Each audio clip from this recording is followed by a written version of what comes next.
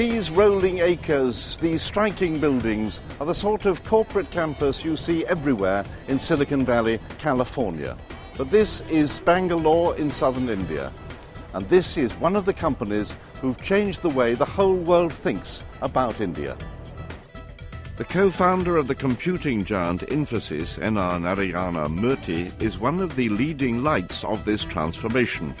But it wasn't just India that changed. Mr. Murthy was a communist in his youth, but he had a lightning conversion to capitalism while crossing a border into Bulgaria. I was just talking to a girl, and there was a boy who was sitting next to her, and for some reason the girl didn't speak to him, and he got upset and brought the police and said, these two are plotting against the wonderful nation of Bulgaria, or something like that. And therefore I was put in a room 8 foot by 8 foot without food or water for about 72 hours. And then I was put on a freight train to Istanbul, and they finally said, you are from a friendly country called India, and that's why we are letting you go. And then I said, if this system treats friends like this, I don't want to be part of this system. And that's when I realized that the only way countries like India can solve the problem of poverty is by entrepreneurship. A moment of revelation changed you from left to right? Absolutely. Well, let's put it this way. I had already started changing my views about leftism and communism. But this was the last nail in the coffin. And that's what led to the founding of Infosys. Infosys is now one of the largest information technology companies of all, with hundreds of the biggest corporations in the world as clients. It employs more than 125,000 people round the globe, but it began with a team of just 7 software experts in the early 1980s. You had 6 colleagues, the founding fathers. Were you all computer techies? Yes, they all worked with me. They were much junior to me at a company called PCS in Mumbai. And you brought the team together to do what? There was a huge opportunity for software to be developed for corporations because hardware had become cheaper. And we realized that in India there were lots of engineers who did not have job opportunities. Therefore, we said, why don't we build a company that focuses on developing bespoke software applications for customers in developed nations. You started the company and you had a hard time because India was not open to the outside world, was it? Those days, the government was very business unfriendly. It took us a year to get a telephone connection. We used to have a joke, and that is, half the people in the country are waiting for a telephone, the other half are waiting for a dial tone. And second, it took us 3 years to get a license to import a computer. And that was what you were about. You needed a computer to do the job you were doing. Absolutely. So the environment was extremely business unfriendly.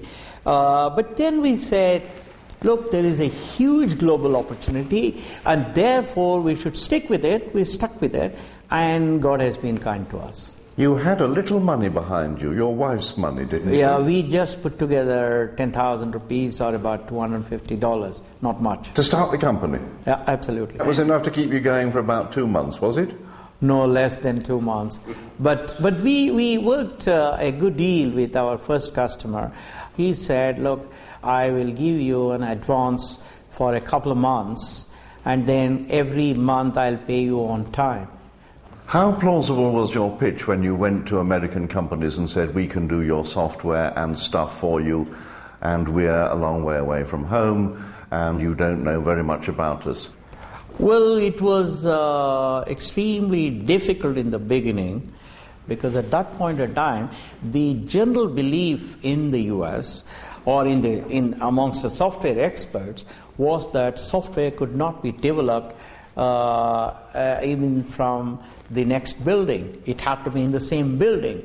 And therefore, when we went to them and said we would develop software 8,000 miles away, they were very nice. They smiled at us. They gave us a cup of tea and then said, don't call us, we'll call you. That kind of stuff. Because developing software was becoming to be seen as the software was at the heart of what the corporation was, of course. Absolutely. And therefore, how could you possibly understand them like they understood themselves? That's right. That was the big change in confidence you had to make. Oh, absolutely. It was very tough in the beginning. Also remember, we had very little money.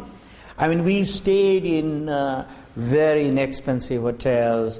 Sometimes we walked. We didn't have any cars. Sometimes we took buses. Sometimes we walked. I shall get my violin out in a minute. Anyway, it was tough times. It was tough. When did you begin to know that the path you'd embarked on was going to work as a proper, fully fledged business? When did it take off? When we had the economic reforms in 1991. That's when we realized that we were going to, accelerate. The government was no more an inhibitor to our progress. Government was no more a factor in making corporate decisions. Market became the determinant, as it should be. This is a mature company. Are you now slowing down? Are you feeling your age?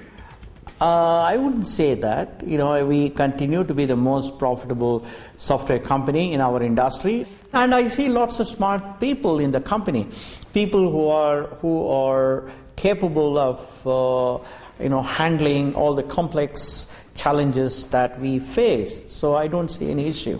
But you can't keep on growing like this ad infinitum, can you? No, unless you get into completely different things. We have already introduced lots of new services, and 50% of our revenue is coming from 5 or 6 new services that we introduced in the last 5 years, and therefore I think we'll continue to metamorphosize because of our innovation. I have a slightly indelicate question. I once read somewhere that when you go home in the evenings, you clean the lavatory at home. Is that right? Yes, I do that. Well, to show your humility, or because it needs cleaning, or what? No.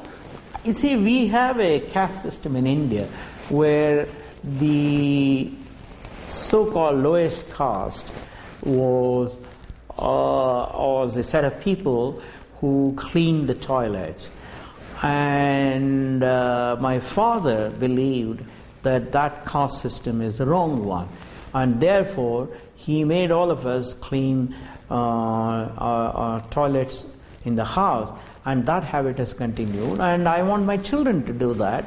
And the best way to make them do it is if you did it yourself. So it's quite a profound question, actually. Thank you. Not indelicate at all? No, not at all.